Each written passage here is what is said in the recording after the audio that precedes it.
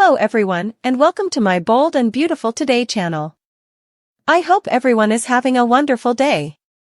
Before we begin, please hit the subscribe button and give this video a thumbs up. Steffy gives Hope bad news, and Bill questions Poppy's deceitfulness moment on the Bold and the Beautiful. Steffy tells Hope her lines on the mincing block, Donna and Brooke calf. Katie about Bill, and Bill wants to find out if Luna's his son. At Forrester, Steffy concludes a work call as Hope comes by. You wanted to see me? Steffy asks her to close the door. I'll just get right to the point. We need to bandy Hope for the future. She tells Hope the collection hasn't been the same since Thomas left. Hope reminds her that was due, in large part, to her hindrance. At Bill's place, he looks at a print of him and his sons and flashes to Poppy telling him he could be Luna's father. Poppy appears and mentions he was tossing and turning all night. Bill chuckles, "Can you condemn me after what you told me last night? Your son could be my son." Bill can't understand why she didn't tell him this ahead. Poppy says she was hysterical. They hadn't been together veritably long, and she and Luna were at odds. She raised Luna and no way demanded a man. Or so I allowed. Until you. In the design office, Luna tells RJ she can't help wondering about Bill, especially now that he and her mama have gotten so much near. RJ didn't realize she was still wondering about it. Luna knows it's stupid, her mama formerly said it wasn't him. But she said that about every man. RJ doesn't understand why she's so uncommunicative. Luna aloud. It would be different once she came in grown up, but she's come more reticent. She thinks Poppy doesn't want anyone snooping with their family. Perhaps effects would have been different if she met the right Joe. At the Forrester manse, Brooke tells Eric they miss him at the office. Eric grabs Donna and says they do more, though he's enjoying himself there. Brooke knows how important it's for them to spend time together. Donna thinks Brooke should spend further time at Forrester. Eric backs her up. Brooke muses that she's taken a step back, but she does miss taking an active part at the business.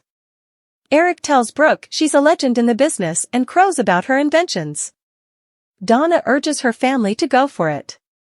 Brooke's not sure how Steffy would feel about it. Katie comes by and greets her sisters. She tells them she has news. She met Bill's new woman Luna's mama, Poppy.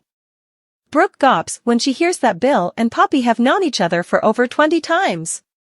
Katie says it was just that one night until they banged into each other again. Bill seems relatively taken with her. Eric points out they all suppose the world of Luna. Brooke sniffs, Luna is her own person. Donna prodigies if Luna is getting near to her mama's new swain. Eric can't imagine a man as full of himself as Bill is, wanting to have any part in Luna's life. Further Sheila/Deacon marriage left us with questions at Forrester, Steffy and Hope dispute over why Thomas left. Hope complains about how delicate this has been for her. Steffy knows she's dealing with a lot, this is why she delayed having this discussion. Hope harangues that she virtually packed Thomas' bags.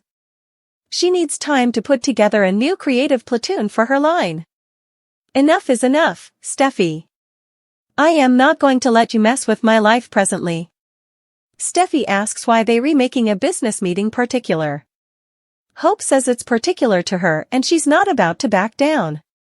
She realizes Hope for the future has hit a rough patch, but she's confident they will move past it. Steffy snaps that ASCO CEO, she's not confident of that at all. At Bill's place, he questions why Poppy felt she couldn't be honest with him preliminarily. She claims she got nervous thinking of the fallout. Her son is her everything. Bill still can't understand. He told her how happy he'd be if Luna was his son. Poppy wasn't ready to face it. Lee has berated her for most of her life, calling her a gold digger. She can only imagine how numerous women have crawled out of the woodwork claiming he sired their child. Poppy didn't want him to suppose she was one of them. He knows she's not.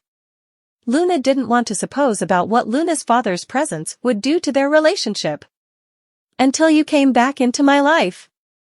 Until I fell for you.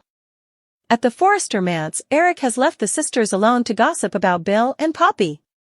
They presume whether he'd want to be part of Luna's life. Katie and Donna see it. Brooke says that with everything going on in Luna's life recently, she might be indeed less interested in this new man her mama is seeing. In the design office, Luna recaps that Bill has been good to her mama and sweet to her. RJ cringes. Bill Spencer, sweet? Luna tells RJ about the time he came to her apartment and talked with her. That Bill is exactly the kind of man she'd want as her father. Wiping gashes, she says there's no point in going on about him being her father, however, he isn't. RJ hugs her. At Bill's place, Poppy tells him she's not hysterical of rejection. She likes herself the way she is. She recaps that the night they met it was like nothing differently before, but also Bill notes, "You know I heard from me again." He's sorry he hurt her. Poppy tells him reconnecting has been amazing. Bill agrees. That's why, if there's indeed the fewest chance Luna could be his son, he needs to know. We both need to know. At Forrester, Hope argues that her line is one of the company's most economic. Their deals have been strong over to this point. Steffy doesn't see it as one of her fancies for the company presently. Hope says her platoon will prove themselves, they just need time. Steffy thinks her time is over. I am allowing about cutting Hope for the future. At the Forrester manse, Donna wants to know how Katie really feels about Bill and Poppy. She shrugs that she didn't realize he was seeing anyone, but she didn't anticipate him to live like a monk. Katie admits she'd have liked him to tell her. She always loved Bill. Do I see a future with him? I don't know. I do have to say, though Luna's mama? I am not so sure about her. At Bill's place, he tells Poppy that if Luna's his son, he'll stand by her, and you. They will both have a special place in his life. Poppy decides she was right about him. You're the most awful man. They embrace. Bill tells her they need to know the verity. Poppy sniffs and thanks him. I love you, Bill. And I loved you from the moment I first saw you. They kiss. Bill says, let's do it now. Moment. Let's find out if Luna's my son. Poppy nods. Bill sensations that he could have a son. Wow.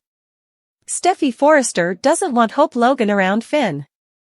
Steffy is wary of Hope's presence around Finn, fearing that she might manipulate him into bonding further with Sheila. This situation has the potential for trouble.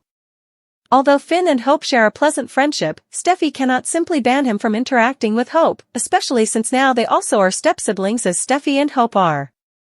Of course, this is different than if Finn and Hope were raised together, although Hope and Steffy were for a period of time. While it's understandable for Steffy to be cautious about Finn's involvement with Sheila, she cannot control his daily conversations. That is even more true considering Steffy's bond with Liam Spencer, Scott Clifton, her ex-husband and the father of one of her children, is particularly strong.